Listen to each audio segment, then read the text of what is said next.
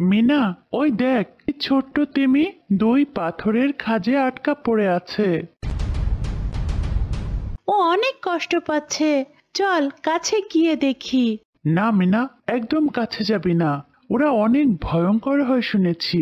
তাই বলে বিপদে পড়া এইটুকুন বাচ্চাকে উপকার করব না, তা কি করে হয়? চল আমরা গিয়ে ওকে মুক্ত করি। তবে সাবধান, মুক্ত করেই দৌড়ে পালাতে হবে।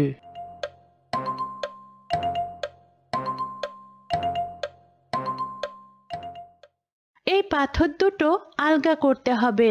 কিন্তু এত বড় পাথর আমরা কি করে আলগা করব? আমাকে তোমরা উদ্ধার করো, আমার অনেক কষ্ট হচ্ছে। তুমি আটকা পড়লে কি করে ছোট্ট তিমিছানা? আর বলো না, আমি খেলতে খেলতে সমুদ্রের তীরে এসেছিলাম। এরপর জোর একটা ঢেউ এসে আমাকে কুলে নিয়ে আসে, আর আমি এই পাথরের মাঝে আটকে যাই।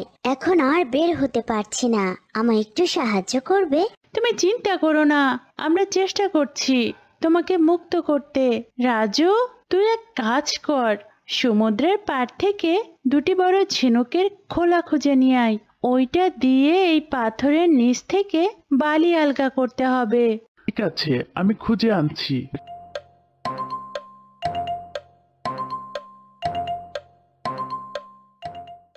এই নে মিনু, ঝিনুকের খোলা।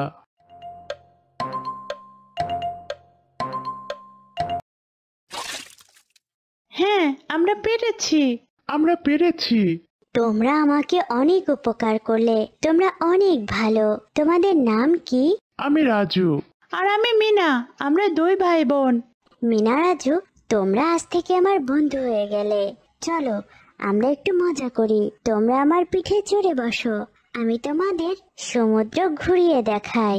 কিন্তু তোমার পিঠে চড়লে আমার অনেক ভয় করবে। ভয় কি রে রাজু?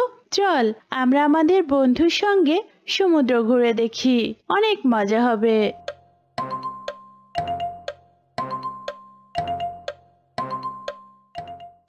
আমার অনেক মজা লাগছে, কি সুন্দর সমুদ্র। আমারও এখন আর ভয় লাগছে না, অনেক ভালো লাগছে।